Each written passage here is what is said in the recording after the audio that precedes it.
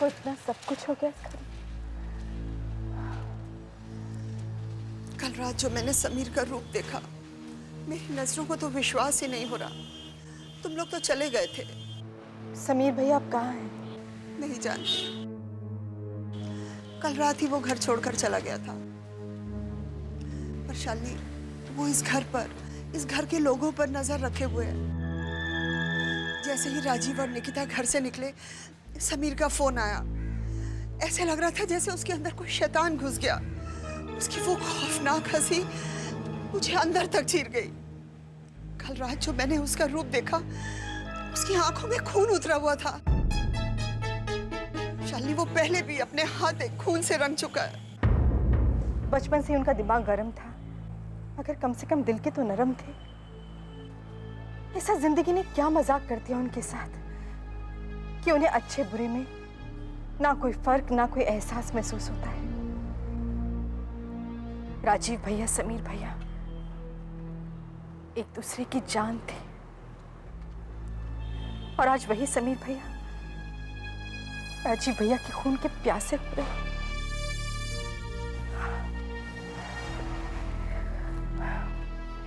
एक बहन भी क्या कर सकती है माँ? कैसे करे अपने दिल के दो टुकड़े। राजीव भैया ने सगे ना होकर भी सगों से बढ़कर प्यार दिया है, और समीर भैया वो तो मेरा खून है।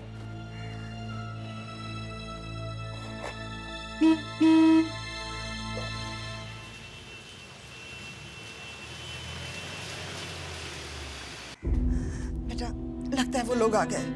उनके सामने समीर की कोई बात मत करना।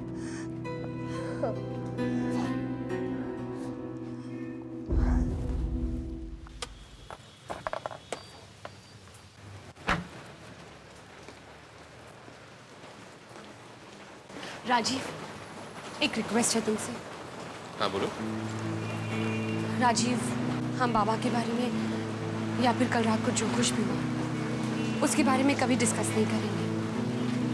मम्मी जी बहुत टेंस्ड है। उस टेंस घर के माहौल को हम खुशगवार बनाने की कोशिश करेंगे। 100% सही रहा। चलो।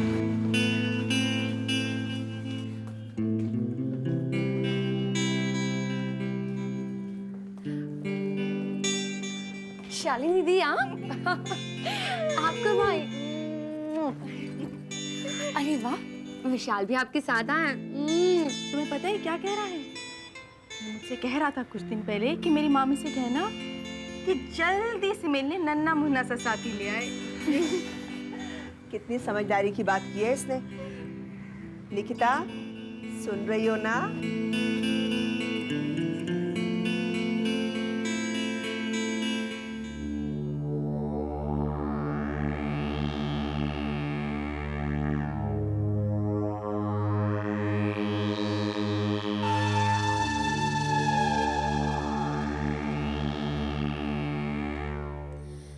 समीर, मैं जाऊं? हाँ मैं पूछ रही थी, मैं जाऊं? हाँ, तुम निकलो। और तुम? मैं जरा रुक के जाऊंगा। Okay, good night. कल मिलते हैं।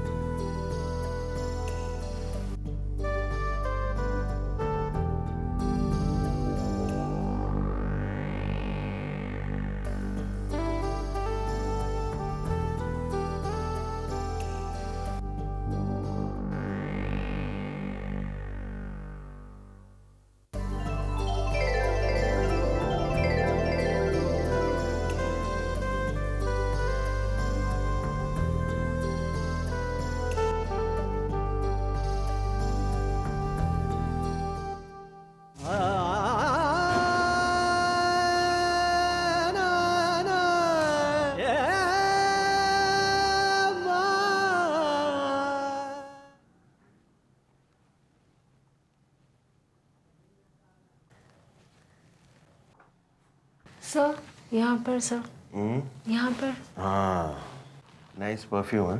Thank you sir. You welcome. Sir may I? No no no. What sir? आज शाम को क्या कर रही हो? कुछ नहीं sir. Oh, good. Good, I'll call you. Okay sir, bye sir. Bye. Bye. Bye. Bye. Oh, Sameer, welcome, welcome, मेरे भाई, welcome. जलावर सेठ, आज हम दोनों एक नए रिश्ते की शुरुआत करने जा रहे हैं, लेकिन इस रिश्ते में कभी भाई शब्द के नाम का इस्तेमाल मत करना। नफरत है मुझे इस रिश्ते से। ये रिश्ता मुझे बिल्कुल रास नहीं आया। आज हम दोनों हाथ मिलाएंगे तो दो दोस्तों की तरह। आज तुम्हारी दौलत और मेरी ताकत मिलकर एक ऐसा माहौल पैदा कर देगी कि सारी दुनिया हमारी मुट्ठी में होगी।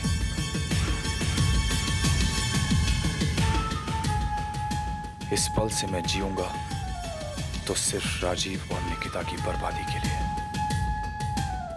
शालिनी, शालू, अरे भाई जल्दी से नाश्ता लाओ, वैसे भी देर हो चुकी है। ला रही हूँ, 1 मिनट। 1 मिनट 1 घंटा लगाएगी ये। ये लीजिए आपका नाश्ता। Thank you very much.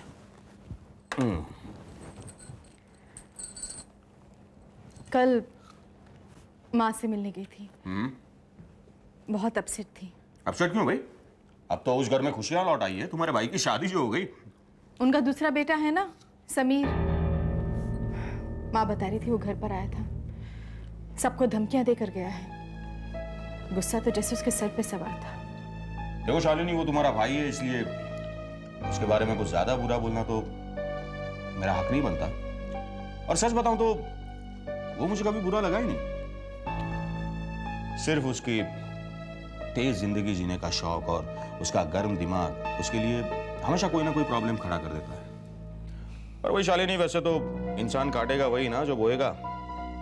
जो कुछ किया है वो तो कभी ना कभी सामने आएगा ही।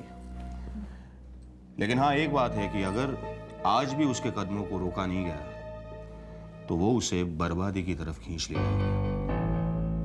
हम सिर्फ प्रार्थना कर सकते हैं। लो, उठ गए साहबजादे।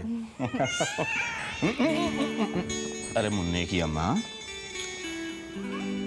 मुन्ने के पापा को भी तो बाय बाय किया करो। आओ ना।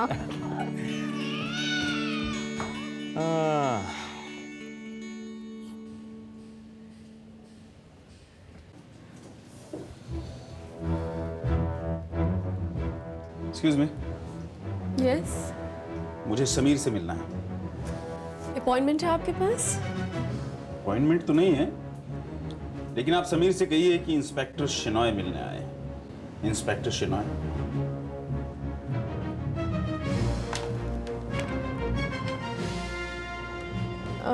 Sir, Inspector Shinoy wants to meet you. Okay. आप अंदर जा सकते हैं। Thank you.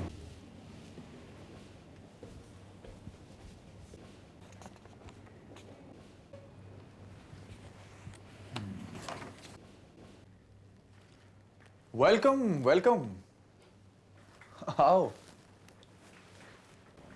लेकिन एक बात समझ में नहीं आ रही है। ये जो शख्स मेरे सामने खड़ा है, ये मेरे कॉलेज के वक्त का दोस्त भास्कर शिनॉय है या इंस्पेक्टर शिनॉय? क्या है ना, तुम यूनिफॉर्म में नहीं हो इसलिए थोड़ा कंफ्यूज हो गया हूं मैं। कंफ्यूज हो गए हो या घबरा गए हो, जो बैठने के लिए भी नहीं बोल रहे हो? मैं भी ये नहीं समझ पा रहा हूं कि मैं समीर से बात कर रहा हूं या बाबा से। अदालत ने तुम्हें बरी कर दिया, वो हमारे कानून की एक कमजोरी हो सकती है, लेकिन इसका मतलब ये नहीं कि तुम गुनहगार नहीं हो। तुमने अपने पैसे के जोर पर उस गरीब यादव को खरीद लिया, अपनी ताकत के जोर पर उसे डरा दिया कि वो अपनी जबान बंद रखे। लेकिन ये मत भूलो कि उसने मेरे सामने कबूल किया है कि उसने तुम्हें जे.के. सिंघाल और राणा का खून करते हुए देखा है। वो चश्मदीद गवाह है। एक शरीफ आदमी के लिए उसका परिवार ही सब कुछ होता है। तुमने उसे उसके परिवार को खत्म करने की धमकी दी और अदालत में वो अपने बयान से मुकर गया। होता है, अक्सर ऐसा होता है। लेकिन मैं हार मानने वाला नहीं हूं। यादव न सही, कोई और सबूत सही, मैं इस केस के खिलाफ, तुम्हारी रिहाई के खिलाफ एक अपील करने वाला हूं हाई कोर्ट में, और जरूरत पड़ी तो सुप्रीम कोर्ट में भी जाऊंगा। थक जाओगे दोस्त, बहुत थक जाओगे। ऐसी लड़ाई लड़ना ही क्यों चाहते हो जो तुम जीत ना सको? और वैसे भी तुम मेरे साथ एक ही रिश्ता क्यों नहीं रखते हो? दोस्ती का, बहुत पुरानी दोस्ती है। मुझसे हाथ मिला लो, तुम्हारी दोस्ती की हर कीमत अदा करूंगा। अच्छा खासा बिजनेस है मेरा। तुम्हारा या जोरावर का?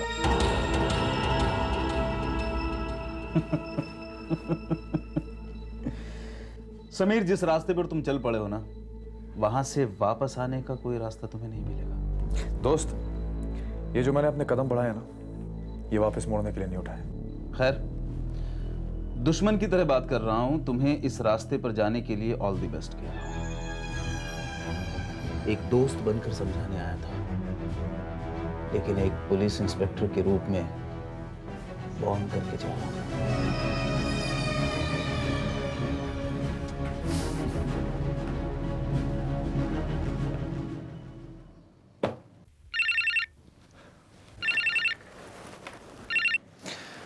हाँ जोरावर सेठ। तुम्हारे मेहमान चले गए? जी। इंस्पेक्टर शनॉय। देखो समीर, हमारे धंधे के कुछ उसूल हैं, तुम उन्हें अच्छी तरह जान लो। सबसे पहला उसूल यह है, पुलिस वालों से जितना हो सके दूर रहो। आज हमारे ऑफिस में पुलिस वाला है, इसे हम अच्छा शगुन नहीं समझते। जुर्म की दुनिया में तुमने कदम रखा है, तो इस दुनिया के चाल चलन के बारे में भी अच्छी तरह समझ लो। और हमारे हम कदम बनकर चलना चाहते हो तो हमें भी समझ लो अच्छी तरह। समझ गए तुम?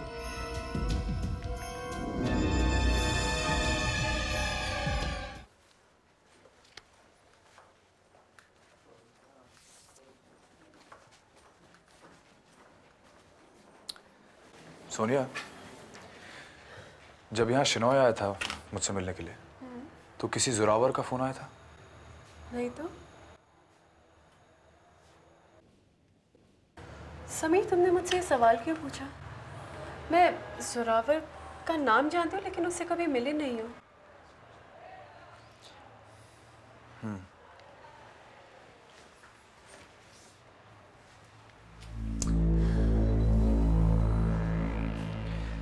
सोनिया, आज तुम्हें अपने लिए एक बहुत बड़ा फैसला करना है। कैसा फैसला? मैंने जोरावर के साथ पार्टनरशिप कर ली है। ये तो बहुत अच्छी बात है। वो काफी बड़ा आदमी है ना? काफी बड़ा आदमी है। हम लोग मिलके साथ में काम करेंगे, लेकिन हो सकता है कि वो काम कानून के दायरे में ना हो। तुम समझ रही हो ना मैं क्या कह रहा हूँ? काफी कुछ। अब ये फैसला तुम्हारे हाथ में है कि तुम ये सब जानने के बावजूद भी मेरा साथ दोगी कि नहीं। और अगर साथ दोगी भी तो मैं क्या तुमसे वफादारी की उम्मीद रख सकता हूँ? क्योंकि इस धंधे में आंख और कान खुले रखने पड़ते हैं, लेकिन जबान बंद रखनी पड़ती है। काम काफी मुश्किल है। मुश्किल है, नामुमकिन तो नहीं।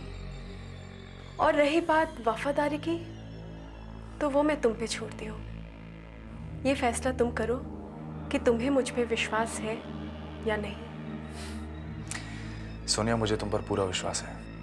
अगर तुम मेरे लिए काम नहीं भी करोगी तो भी मेरे दिल में तुम्हारे लिए... समीर, मैं तुम्हारे हर काम में तुम्हारा साथ देने के लिए तैयार हूँ, अच्छा या बुरा। ये मेरा फैसला है। गुड। मैं तुम्हें वादा करता हूँ कि तुम्हें अपने इस फैसले पर कभी पछताना नहीं पड़ेगा Sonia. Thank you. Welcome.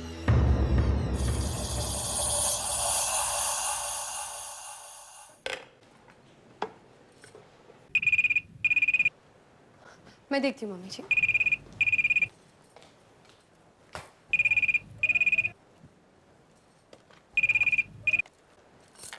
Hello जी, हाँ जी, मैं मिसेस निकिता गुप्ता बोल रही हूँ। जी हाँ जी। नहीं नहीं, आप मत आइएगा, मैं आऊँगी। बस अभी अभी निकल रही हूँ। ओके।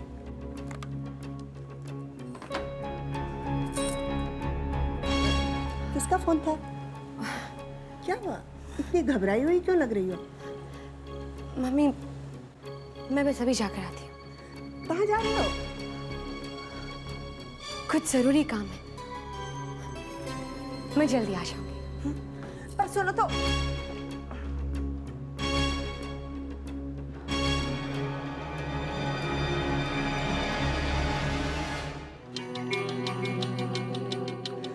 दो घंटे हो गए गए हुए, पता नहीं कहाँ चली गई।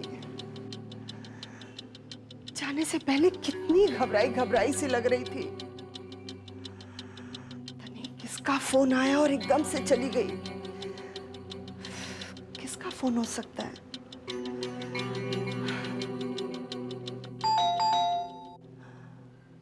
निकिता? कहाँ चली गई थी? अरे माँ, सीधा घर से ही आ रही हूँ मैं। क्या बात है? बहुत घबराई हुई लग रही हो। मुझे लगा निकिता आ गई। ओह, निकिता? कहाँ गई निकिता? अब यही तो पता नहीं। एक फोन आया और जल्दी में कहीं चली गई। मेरी किसी भी बात का ठीक से जवाब नहीं दिया। अब तो 2 घंटे से ज्यादा हो गए, पता नहीं कहाँ चली गई। बहुत घबराहट हो रही है मुझे। ओफो माँ, तुम भी ना फिक्र करने के कोई ना कोई बहाने ढूंढ लेती हो। अब देखो ना, मोबाइल है, फोन कर सकते हैं ना उस पे। कमाल है, मुझे ये बात ध्यान में क्यों नहीं आई?